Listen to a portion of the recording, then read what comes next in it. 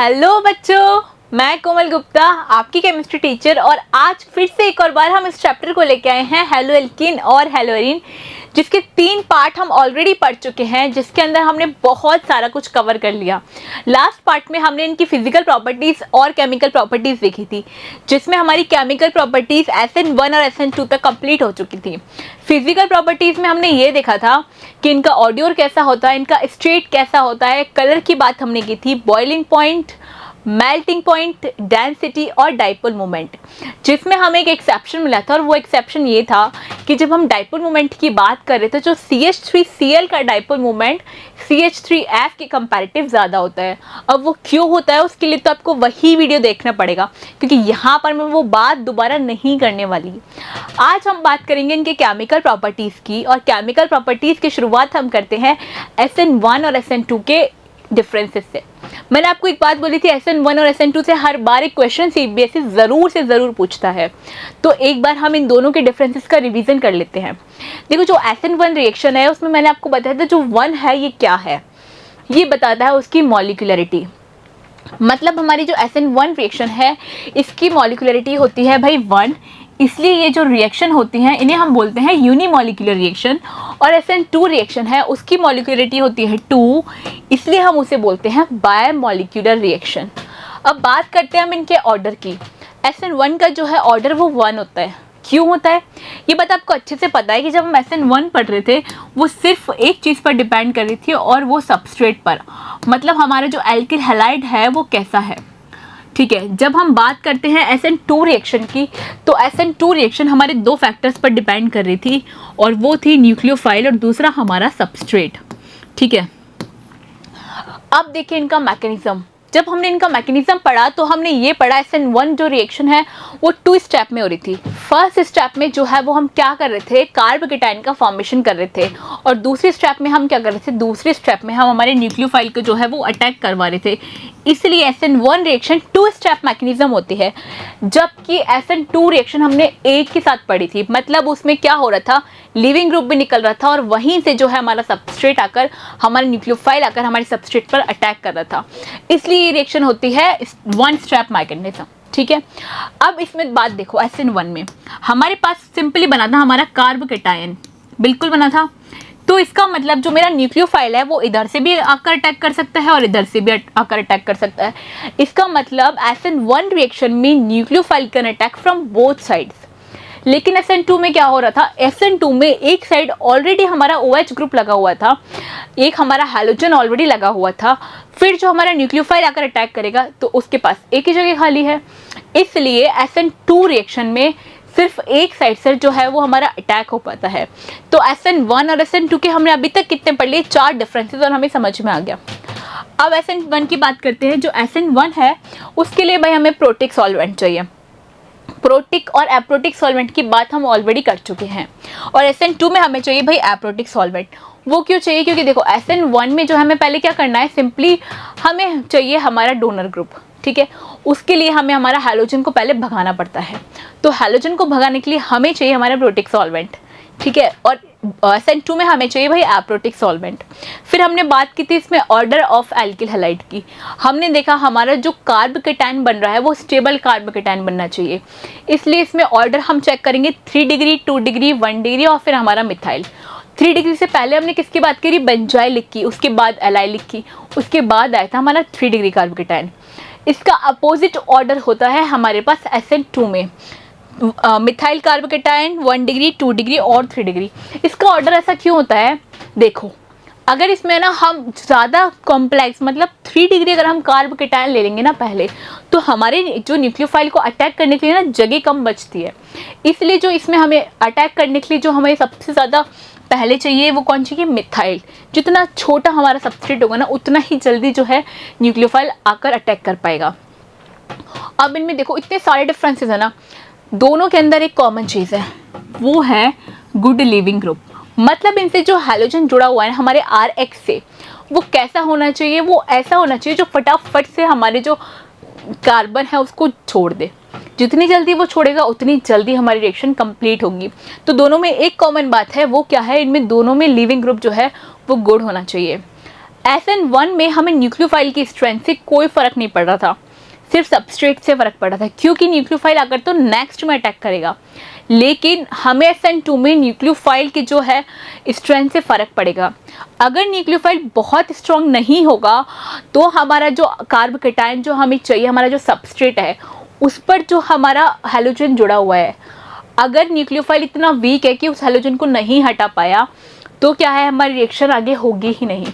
इसलिए इसमें न्यूक्लियोफाइल की स्ट्रेंथ हमारे जुड़े हुए हैलोजन से हमेशा ज़्यादा होनी चाहिए। तो दोनों डिफरेंस समझ में आ गए। ये लास्ट डिफरेंस है रेसिमिक मिक्सचर का, और यहाँ पर है स्टीरियोकेमिकल इन्वर्जन ऑफ ज्यूस। इनको हम पढ़ेंगे भाई, स्टीरियोकेमिस्ट्री वाला जब पार्ट पढ़ेंगे तब हम इनमें पढ़ेंगे कि रेसिमिक मिक्सचर क्या होता है और ये स्टीरियोकेमिकल इन्वर्जन जो इसमें बन रहा है वो क्या होता है। तो इतनी बात समझ में आई। SN1 और SN2 में हमने सारे डिफरेंसेस देख लिए। SN1 और SN2 का मैकेनिज्म बहुत इंपॉर्टेंट है, सारी बातें याद रखना। अब हम चलते हैं हमारी नेक्स्ट रिएक्शन की तरफ, वो है भाई हमारी एलिमिनेशन रिएक्शन। देखो जैसे कि नाम में है एलिमिनेशन, मतलब एलिमिनेट करना। एलिमिनेट करना मतलब किसी को भगाना अपनी जगह से। देखो सिंपल होता क्या है, इनमें अल्फा और बीटा दो पोजीशन हमारे पास होती हैं। तो एक पोजीशन से ज़्यादा है हाइड्रोजन, दूसरी पोजीशन से जाता है हैलोजन, और हमारे पास जो है वो एल्कीन कंपाउंड्स हमें मिलते हैं। तो यही होती है भाई हमारी एलिमिनेशन रिएक्शन। ठीक है, देखो इसमें क्या लिखा है, hello alkenes having at least 1 beta hydrogen is treated with alcoholic KOH। देखो बीटा क्या होता है, जैसे मेरे पास जिस कार्बन से मेरा हैलोजन जुड़ा हुआ है उसको हम बोलते हैं अल्फा कार्बन, और उसकी जो साइड में कार्बन है उसको हम बोलते हैं भाई बीटा कार्बन। तो ये तो बात हुई बीटा हाइड्रोजन की। इस बीटा हाइड्रोजन पर क्या होता है, ये अल्कोहलिक KOH आकर अटैक करता है और क्या करता है, अपने हाइड्रोजन को एलिमिनेट कर देता है अपने बीटा पोजीशन से और हैलोजन को अपनी अल्फा पोजीशन से। तो जो लास्ट प्रोडक्ट हमें मिलता है वो क्या मिलता है, वो मिलती है भाई हमें एल्कीन, साथ में एक वाटर मॉलिक्यूल और एक HX मॉलिक्यूल, मतलब HBr मॉलिक्यूल। तो एलिमिनेशन रिएक्शन देखो बहुत सिंपल रिएक्शन है। इनमें सिंपल सा क्या होता है, अल्फा पोजीशन से जो है हमारा हैलोजन हट जाएगा, बीटा पोजीशन से हमारा हाइड्रोजन हट जाएगा और सिंपल हमें मिल जाएगी हमारी एल्कीन। अब देखो ये क्या है, ये मेरे पास वापस से एक हायर एल्कीन का एग्जाम्पल आ गया, बिल्कुल आ गया। देखो जैसे हमें ना बात करते थे ना हैलोजिनेशन रिएक्शंस में हायर एल्कीन्स की, तो उसमें रिएक्शन जो है लोअर एल्केन की कंपैरेटिव अलग होती थी, वैसे ही यहाँ पर होता है। अगर हमारी हायर एल्कीन्स आ जाती हैं तब क्या होगा, देखो वापस हमारे पास दो पॉसिबिलिटी बन जाएगी। एक बार ब्रोमीन हमने यहाँ से हटाया तो एक बार ऐसा एल्कीन बचा, लेकिन देखो अब ये मेरे पास कंपाउंड है, इसमें मेरे पास 2 बीटा हाइड्रोजन मुझे मिल रही है ना, इसलिए यहाँ पर ब्रोमीन लगा हुआ है, ये तो मेरा अल्फा कार्बन है। अब इसके साइड इधर भी बीटा है और इधर भी बीटा है, बिल्कुल देखो इससे जो मेरी हाइड्रोजन जुड़ी है वो ये भी हट सकती है और ये भी हट सकती है। अब कौन सी हाइड्रोजन हटेगी तब मेरा मेजर प्रोडक्ट बनेगा और कौन सी हाइड्रोजन हटेगी तब मेरा माइनर प्रोडक्ट बनेगा। जैसे वहाँ पर हमने मार्कोनिकॉफ का रूल पढ़ा था, वैसे ही यहाँ पर एक साइंटिस्ट आए सैडजेफ, उन्होंने एक बात कही, उन्होंने ये बात कही कि हमारा जो मेजर प्रोडक्ट है वो तब बनेगा जब हमारे पास जो हमारे एल्कीन्स हैं उसमें ज़्यादा सब्स्टिट्यूएंट्स हमारे पास बचेंगे। जैसे देखो ये मेरे पास एल्कीन बनी, इसमें कितने सब्स्टिट्यूएंट है, 1 इधर और 1 इधर, मतलब इसमें मेरे पास 2 सब्स्टिट्यूएंट हैं। जो मेरे पास नेक्स्ट एल्कीन बनी उसमें क्या है, ये एल्कीन इधर तो कोई सब्स्ट्रेट है ही नहीं, तो इधर मेरे पास कितने हैं, 2। तो उसने ये बात बोली कि जिस मॉलिक्यूल में ज़्यादा नंबर ऑफ किसके सब्स्टिट्यूएंट्स के होंगे वो जो है मेरी मेजर एल्कीन बनेगी, और जिस एल्कीन में मेरे पास लोअर नंबर ऑफ सब्स्टिट्यूएंट्स होंगे वो मेरी माइनर एल्कीन बनेगी। तो ये बात किसने बोली थी, ये बात हमें बोली थी भाई हमें सैडजेफ ने। ठीक है, देखो in the dehydrohalogenation of 2 degree and 3 degree haloalkenes then 2 degree haloalkene is form. उससे से क्यों बोला 2 डिग्री हैलोएल्कीन इज फॉर्म, बात समझ में आ गई ना आपको। ये बात किसके थ्रू हुई, सैडजेफ के थ्रू। अब हम बात करते हैं हमारे मेटल हाइड्राइड की रिएक्शंस की। मैंने आपको एक बात बोली, जैसे ही मेटल हाइड्राइड की रिएक्शन आएगी वैसे ही हमारे पास नेम रिएक्शंस आना स्टार्ट हो जाएगी। देखो पहली जो रिएक्शन है वो है ग्रिग्नार्ड रिएजेंट। ये भाई एक नेम रिएक्शन है, ग्रिग्नार्ड नाम के साइंटिस्ट ने इस रिएक्शन को दिया था, इसलिए इस रिएक्शन का नाम है ग्रिग्नार्ड रिएजेंट। इसमें क्या होता है, इसमें हमारे पास जो हैलो एल्केन है वो सिंपली एक मेटल से आकर रिएक्ट करता है, Mg से अगर रिएक्ट किया और क्या किया, ये फॉर्म कर लेता है RMgX। बिल्कुल फॉर्म हुआ। देखो होता कैसे है, R और X प्लस और माइनस। अब ये Mg आकर इस कार्बन पर अटैक करता है, ठीक है। जैसे ही ये Mg इस कार्बन पर अटैक करता है तो ये हमारे पास एक बॉन्ड फॉर्म हो जाता है। ये है भाई हमारा ग्रिग्नार्ड का रिएजेंट, RMgX को ही हम बोलते हैं ग्रिग्नार्ड रिएजेंट। और ये रिएक्शन किसके प्रेजेंस में होती है? ये रिएक्शन होती है ड्राई ईथर के प्रेजेंस में। इस रिएक्शन को हमेशा याद रखना, जब आप कन्वर्जेंस पढ़ोगे तो ये रिएक्शन बहुत काम आएगी कन्वर्जेंस में। जब भी हमें कुछ नहीं मिल रहा होगा, हम क्या यूज़ करेंगे, इस R के लिए वो कंपाउंड बनाएंगे जो हमें सबसे ज़्यादा इम्पोर्टेंट होगा। यहाँ पर R हम वही ले लेंगे जो हमें बनाना होगा, ठीक है। तो सिंपल सी रिएक्शन है ना। जैसे अब एक एग्जांपल देख लो, इसमें मैंने क्या लिया, इथाइल ब्रोमाइड, ठीक है। इसकी रिएक्शन करवाई मैंने मैग्नीशियम से, तो मेरे पास सिंपल क्या बन गया, C2H5MgBr। जो मैग्नीशियम है वो किस पर आकर अटैक करता है, C2 पर, मतलब कार्बन पर, ठीक है। अब ये तो हुई हमारी ग्रिग्नार्ड रिएजेंट की बात। नेक्स्ट हम बात करते हैं वुड्स रिएक्शन। वुड्स रिएक्शन हमारी फोर्थ नेम रिएक्शन है। जो पहली पड़ी सैंडमेयर, दूसरी हुंड-स्टिकर, तीसरी ग्रिग्नार्ड और चौथी है वही वुड्स रिएक्शन। अब पढ़ते हैं हम वुड्स रिएक्शन। वुड्स रिएक्शन क्या होती है? देखो, इस रिएक्शन को हम करवाते हैं किसी एक्टिव मेटल के साथ in the presence of dry ether.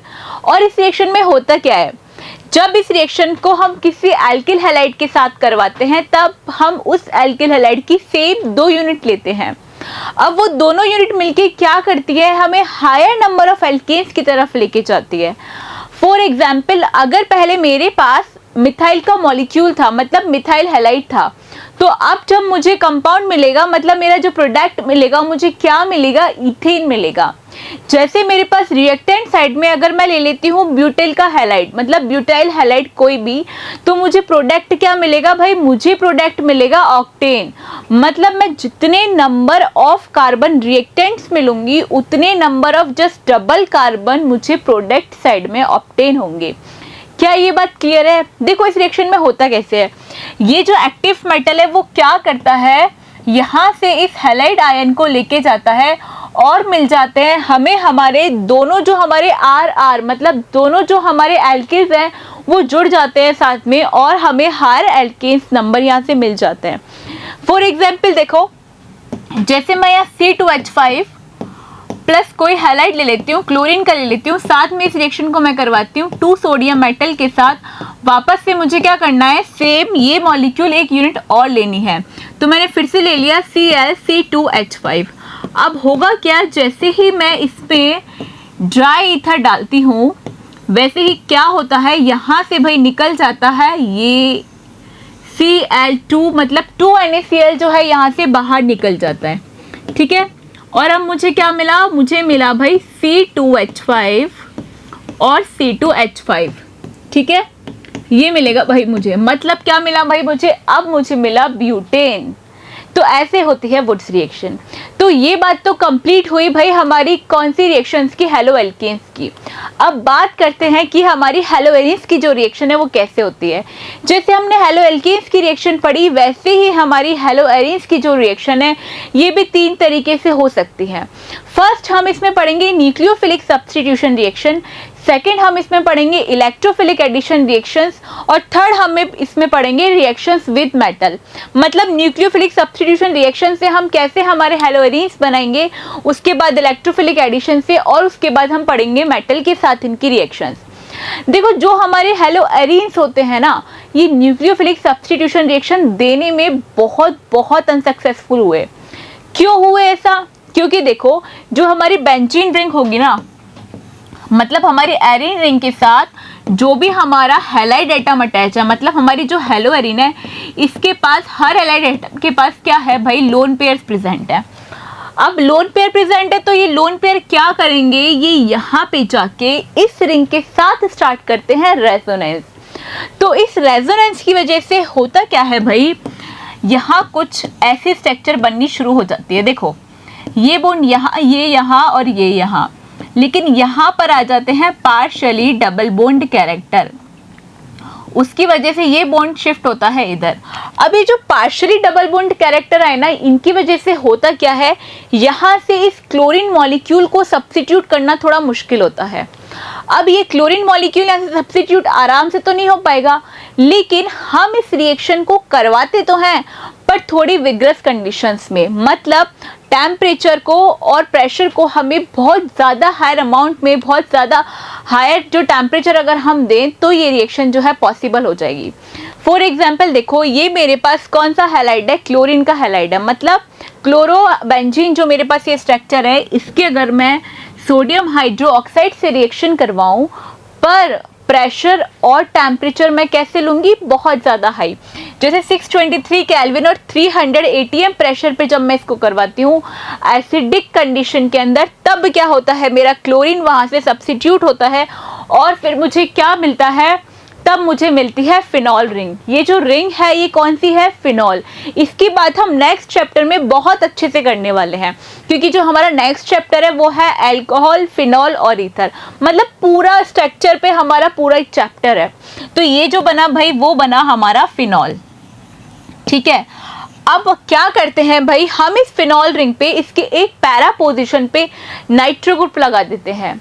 अब ये नाइट्रो ग्रुप से क्या होगा, देखो ये नाइट्रो ग्रुप क्या करेगा, ये जो क्लोरीन के इलेक्ट्रॉन्स हैं इनको अपनी ओर अट्रैक्ट करेगा। अब क्लोरीन के इलेक्ट्रॉन्स इसकी तरफ आ जाएंगे, मतलब ये जो पार्शियल जो डबल बॉन्ड यहाँ आ रहा था उसके character comparative to this ring कम हो जाएंगे। स्लाइटली कम होने की वजह से क्या होगा, हमें टेम्परेचर और प्रेशर, थोड़े से कम टेम्परेचर और थोड़े से कम प्रेशर पे ये हमारी रिएक्शन जो है हो जाएगी। जैसे यहाँ हमें टेम्परेचर 623 केल्विन लिया था, तो हमें यह टेम्परेचर कितना लेंगे भाई, 443 केल्विन पे ही ये रिएक्शन हो जाएगी। इसका मतलब भाई हमारा नाइट्रो ग्रुप है ये इफेक्टिव हो रहा है। तो क्या करें, हम इस ग्रुप को एक बार ऑर्थो और एक बार पैरा पोजिशन पे लगा के देख लेते हैं। जब हम देखो पैरा पोजिशन पे तो ऑलरेडी लग रहा है, अभी जो मेरे पास रिंग बनी ना, इसका नाम क्या है बताओ, ऑर्थो, मेटा और पैरा। पैरा पे कौन सा ग्रुप है भाई, नाइट्रो, तो इसका नाम है पैरा नाइट्रो। और ये मेरे पास कौन सी रिंग है भाई, फिनॉल रिंग है, तो पैरा नाइट्रो फिनॉल जो है वो इस कंपाउंड का नाम हो जाएगा। अब नेक्स्ट कंपाउंड में हम कर रहे हैं, हमारी पैरा के साथ साथ हमारी ऑर्थो पोजीशन पे भी जो है नाइट्रो ग्रुप लगा देते हैं। लगा दिया जी, बिल्कुल।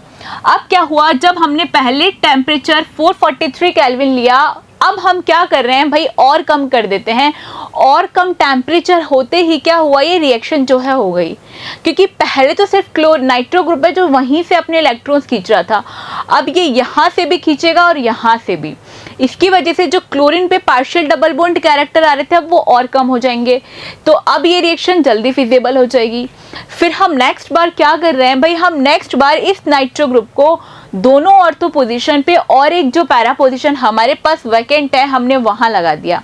फिर जो हमारा कंपाउंड हमें मिला भाई, वो हमें मिला ऑर्थो पैरा ट्राई नाइट्रोफिनॉल। बिल्कुल ठीक है। जो हमें कंपाउंड यहाँ पे मिला था इसका नाम क्या है, ये कंपाउंड है भाई ऑर्थो पैरा डाई नाइट्रो, क्योंकि दो नाइट्रो ग्रुप हमारे पास आ गए ना, डाई नाइट्रोफिनॉल। और जो कंपाउंड हमें इस वाली कंडीशन में मिला, इस कंपाउंड का नाम क्या है, देखो ऑर्थो पैरा ट्राई नाइट्रोफिनॉल, पर इसका एक कॉमन नेम बहुत फेमस है और वो क्या है, वो है भाई पिक्रिक एसिड। क्या बात याद रहेगी, इसका नाम क्या है, पिक्रिक एसिड। तो भाई यहाँ कंप्लीट हुई हमारी substitution nucleophilic reaction of arenes. अब हम बात करते हैं इलेक्ट्रोफिलिक एडिशन रिएक्शंस की। अब देखो इसका नाम है इलेक्ट्रोफिलिक एडिशन रिएक्शन, इसका मतलब इस बार हमारा जो इलेक्ट्रोफाइल है वो आकर क्या होगा, ऐड होगा। तो क्या होगा, फर्स्ट रिएक्शन हम इसमें पढ़ रहे हैं भाई हैलोजिनेशन। हैलोजिनेशन का नाम आते ही हमें पिछली बार हैलोजिनेशन की रिएक्शन याद आई। वो रिएक्शन हमने सनलाइट की प्रेजेंस में करवाई, पर यहाँ पर क्या है ना, सनलाइट की प्रेजेंस में हमें इसलिए नहीं करवाना क्योंकि ये जो बॉन्ड है ये सनलाइट की प्रेजेंस में ब्रेक नहीं होगा। इस बार हम इस रिएक्शन को कहाँ करवा रहे हैं, एनहाइड्रस FeCl3 की प्रेजेंस में करवा रहे हैं। एनहाइड्रस FeCl3 इस क्लोरीन मॉलिक्यूल के साथ क्या करता है, देखो जैसे हम FeCl3 लेते हैं वैसे क्या होता है, ये क्लोरीन मॉलिक्यूल इसके साथ रिएक्ट होता है और क्या बनाता है भाई, FeCl4- और Cl+। अब ये जो हमारे पास Cl प्लस बनाना, ये बहुत अच्छा इलेक्ट्रोफाइल है। तो यहाँ इस एनहाइड्रस AlCl3 FeCl3 ने, तो यहाँ इस एनहाइड्रस FeCl3 ने क्या किया, एनहाइड्रस FeCl3 ने भाई हमारे क्लोरीन मॉलिक्यूल को एक बहुत अच्छा इलेक्ट्रोफाइल बनाया। और हमें क्या चाहिए, एक अच्छा इलेक्ट्रोफाइल ही तो चाहिए इलेक्ट्रोफाइल ऐड करने के लिए। तो अब क्या होगा, अब ये जो हमारा इलेक्ट्रोफाइल है ये हमारी क्लोरोबेंजीन रिंग की ऑर्थो और पैरा पोजीशन पर अटैक करेगा। ऑर्थो और पैरा पोजीशन पर अटैक करने के बाद यहाँ हमारे पास एक तो हमें मिलेगा माइनर प्रोडक्ट और एक हमें मिलेगा भाई मेजर प्रोडक्ट। माइनर प्रोडक्ट कौन सा होगा, माइनर प्रोडक्ट वो होगा जहाँ ऑर्थो पोजीशन पे जो है 2 क्लोरीन मॉलिक्यूल ऐड होंगे।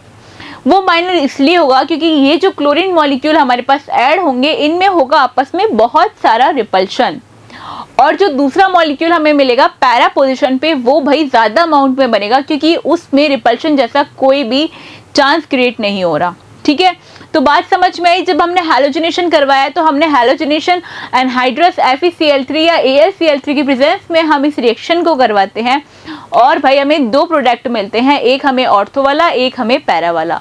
जो हमारा पैरा वाला प्रोडक्ट होता है वो हमारा मेजर प्रोडक्ट होता है और जो हमारा ऑर्थो वाला होता है वो हमारा भाई माइनर प्रोडक्ट होता है। अब जैसे यहाँ क्लोरीन का इलेक्ट्रोफाइल आया वैसे ही अब इस रिएक्शन का नाम क्या हुआ, क्लोरीन से हैलोजिनेशन। जब हम NO2 का एडिशन करेंगे मतलब नाइट्रिक का एडिशन करेंगे तब हम उस रिएक्शन को बोलेंगे नाइट्रेशन, जब सल्फर के साथ करेंगे तो सल्फोनेशन। तो देखो नेक्स्ट रिएक्शन कौन सी हम पढ़ेंगे भाई नाइट्रेशन। नाइट्रेशन में क्या होगा, हम इस रिएक्शन को कंसंट्रेट HNO3 और कंसंट्रेट H2SO4 की प्रेजेंस में करवाते हैं। कंसंट्रेट H2SO4 और कंसंट्रेट HNO3 क्या करते हैं, ये दोनों मिलके भाई हमें नाइट्रो ग्रुप देते हैं। ये जो NO2 प्लस जो इन्होंने हमें दिया भाई ये अटैक करता है हमारे रिंग की ऑर्थो और पैरा पोजीशन पे। जब ये एक ऑर्थो पे हुआ और एक पैरा पे तो मैंने बोला हमेशा हमें भाई 2 प्रोडक्ट मिलेंगे, एक तो हमें मिलेगा मेजर और एक हमें मिलेगा माइनर। जो ऑर्थो वाला है वो होगा हमारा माइनर और जो हमारा पैरा वाला है भाई वो होगा हमारा मेजर प्रोडक्ट। तो इन प्रोडक्ट्स का नाम क्या होगा, 1 पे कौन सा है क्लोरो, 2 पे क्या है नाइट्रो और ये हमारी बेंजीन रिंग। यहाँ भी देखो 1 पे क्या है क्लोरो और 4 पे क्या है हमारा नाइट्रो और ये है भाई हमारी बेंजीन रिंग। तो अब बात करते हैं हम हमारी नेक्स्ट रिएक्शन का जिसका नाम है भाई सल्फोनेशन। मैंने क्या बोला, नाइट्रोजन का ऐड करेंगे तो नाइट्रेशन, सल्फर का करेंगे तो सल्फोनेशन। तो सल्फोनेशन में होगा क्या, अब हमारी क्लोरोबेंजीन के ऊपर कौन सा मॉलिक्यूल अटैक करेगा, SO3H। ठीक है, कंसंट्रेट H2SO4 से मिलेगा हमें SO3H। अब SO3H वापस से जाके इसकी एक ऑर्थो और एक पैरा पोजीशन पर जाकर जुड़ जाएगा। जब ऑर्थो पे जुड़ेगा तो माइनर प्रोडक्ट मिलेगा और जब पैरा पे जुड़ेगा तो मेजर प्रोडक्ट मिलेगा। अब इनका नाम देख लेते हैं। जब माइनर हमारा प्रोडक्ट बनेगा ऑर्थो पोजीशन पे तो इसका नाम क्या होगा, 2 पे क्लोरो, देखो 1 और 2 पे क्लोरो बेंजीन सल्फोनिक एसिड इसका नाम हो जाएगा और इसमें कितने पे है 4 पे क्लोरो और इसका भी नाम क्या हो जाएगा बेंजीन सल्फोनिक एसिड और ये जो कंपाउंड है वो हो जाएगा भाई हमारा मेजर कंपाउंड। ऐसे बहुत सारी रिएक्शन जो है हमारी बुक में ना NCERT में दी हुई है। अब नेक्स्ट रिएक्शन हम पढ़ते हैं फ्रिडल क्राफ्ट एल्काइलेशन।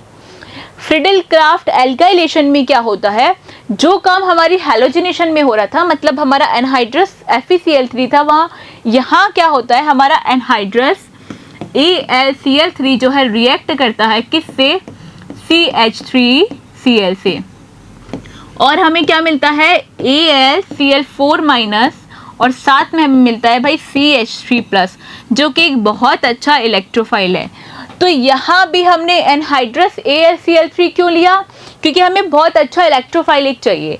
तो ये इलेक्ट्रोफाइल इस क्लोरोबेंजीन की ऑर्थो और पैरा पोजीशन पे जाके अटैक करता है और वापस से हमें 2 कंपाउंड मिलते हैं। एक तो हमें मिलता है 1 क्लोरो 2 मिथाइल बेंजीन और दूसरा हमें मिलता है 1 क्लोरो 4 मिथाइल बेंजीन। अब इन दोनों कंपाउंड्स में से भी जो हमारा पैरा वाला है वो होगा भाई हमारा मेजर कंपाउंड और जो हमारा ऑर्थो वाला है वो होगा भाई हमारा माइनर कंपाउंड। ठीक है, मेजर माइनर का मतलब है कि मेजर में ज़्यादा परसेंटेज में बन रहा होगा और माइनर में थोड़ा कम परसेंटेज पे जो हमारा प्रोडक्ट बन रहा होगा। अब नेक्स्ट रिएक्शन हम देखते हैं फ्रीडल क्राफ्ट एसाइलेशन। जैसे फ्रीडल क्राफ्ट एल्काइलेशन थी वैसे ही फ्रीडल क्राफ्ट एल्काइलेशन है। इसमें भी क्या होता है, AlCl3 रिएक्ट करता है CH3COCl के साथ और हमें क्या मिलता है, हमें मिलता है भाई CH3C पॉजिटिव CO। मतलब अब हमें क्या मिल गया, बहुत अच्छा इलेक्ट्रोफाइल है ये तो, और साथ में क्या मिलता है AlCl4 माइनस। तो अब ये COCH3 जो हमें मिला है ये जाके क्या करेगा, क्लोरोबेंजीन पर ऑर्थो और पैरा पोजीशन पे अटैक करेगा। ऑर्थो और पैरा पोजीशन पे अटैक करने के बाद भाई हमें यहाँ से ये दो कंपाउंड मिलेंगे। एक कंपाउंड हमें मिलेगा 2-क्लोरोएसिटोफिनॉन और वापस से दूसरा कंपाउंड हमें मिलेगा भाई 4-क्लोरोएसिटोफिनॉन। इनमें से भी जो है एक कंपाउंड वो है मेजर और ये कंपाउंड है हमारे पास माइनर। तो बात क्लियर हुई यहाँ तक। अभी तक हमें सारे कंपाउंड्स में भाई एक मेजर और एक माइनर कंपाउंड्स हमें मिल रहे थे। अब नेक्स्ट बात करते हैं हम हमारी रिएक्शन का मेटल्स के साथ। मेटल के साथ जब हम रिएक्शन करवाएंगे तो हमें क्या मिलेगा। जैसे अभी हमने वुड्स रिएक्शन पढ़ी वैसे ही होती है हमारी फिटिग रिएक्शन। फर्क सिर्फ इतना है, वहाँ हमारा जो R था वो हमारा एलिफेटिक एल्केन था और अब हम क्या लेंगे भाई, एक सिंपल हमारी बेंजिल रिंग लेंगे। अब यहाँ भी क्या होगा, सेम ही काम। जैसे वहाँ पे अब हमें हायर नंबर ऑफ एल्केन्स मिलते थे, अब यहाँ हमें क्या मिलेंगी, higher number of aryl rings जो है हमें मिलेगी। इसमें भी सेम ही काम होता है, 2NaX जो है वो निकल जाता है और higher number of arenes ring जो है हमें मिल जाती है। तो ये बात हुई भाई हमारी रिएक्शन विथ मेटल्स की। अब नेक्स्ट रिएक्शन हम पढ़ेंगे वुड्स फिटिग रिएक्शन। मतलब वुड्स रिएक्शन और फिटिग रिएक्शन का जो कॉम्बिनेशन है वो इसमें पढ़ेंगे हम। वुड्स रिएक्शन में हमारा जो R था, फॉर एग्जांपल मैं CH3X ले लेती हूँ। एक मैंने लिया भाई, 2 सोडियम मेटल मुझे लेने पड़ेंगे हमेशा की तरह और वापस से मैं एक क्या लूँगी, एक एरिल का जो कंपाउंड लूँगी, हैलाइड लूँगी। अब इसमें क्या होगा, इसमें वापस से क्या होगा, 2NaX जो है वो निकल जाएगा। 2NaX के निकलने के बाद मुझे क्या मिलेगा, मेरी बेंजीन रिंग पे जो मेरा एल्किल ग्रुप है भाई वो जुड़ जाएगा और मुझे मिल जाएगा मेरा प्रोडक्ट, जो कि क्या है, इसका नाम बताओ क्या है। हम पहले भी पढ़ चुके हैं, इसका कॉमन नेम बहुत फेमस है जो जिसे हम बोलते हैं भाई टॉल्यूइन। मिथाइल बेंजीन जो है हमें मिल जाएगा। तो भाई यहाँ खत्म होती है हमारी रिएक्शन विद एरिन्स। तो एरिन्स की रिएक्शन में हमने 3 रिएक्शन जो है पढ़ी, वो कौन कौन सी थी। पहली हमने पढ़ी nucleophilic substitution reaction. Nucleophilic substitution reaction हमने देखी भाई थोड़ी सी मुश्किल होता है इनको करवाना, लेकिन विग्रस कंडीशन में हमारी जो रिएक्शन है वो फिजिबल होती है। मतलब हमारी रिएक्शंस हो जाती है अगर हम हाई टेम्परेचर और हाई प्रेशर ले तो। फिर हमने ये देखा इलेक्ट्रोफिलिक एडिशन रिएक्शन हमने करवाई, उसके अंदर हमने रिएक्शंस पढ़ी, पहले हैलोजिनेशन, फिर sulphonation, nitration, Friedel craft alkylation और फ्रीडल क्राफ्ट एसाइलेशन। उसके बाद हमने लास्ट रिएक्शन जो पढ़ी रिएक्शन विद मेटल्स, उसके अंदर भाई हमने 2 रिएक्शन पढ़ी। पहली हमने पढ़ी फिटिग रिएक्शन और दूसरी भाई हमने पढ़ी है वुड्स फिटिग रिएक्शन। और यहाँ खत्म होती है हमारी सारी रिएक्शन मैकेनिज्म और रिएक्शंस। अब नेक्स्ट क्लास में हम बात करेंगे स्टीरियो केमिस्ट्री की, कि स्टीरियो केमिस्ट्री क्या होती है। तब तक के लिए रिएक्शन और रिएक्शन मैकेनिज्म पढ़ते रहिए। Thank you.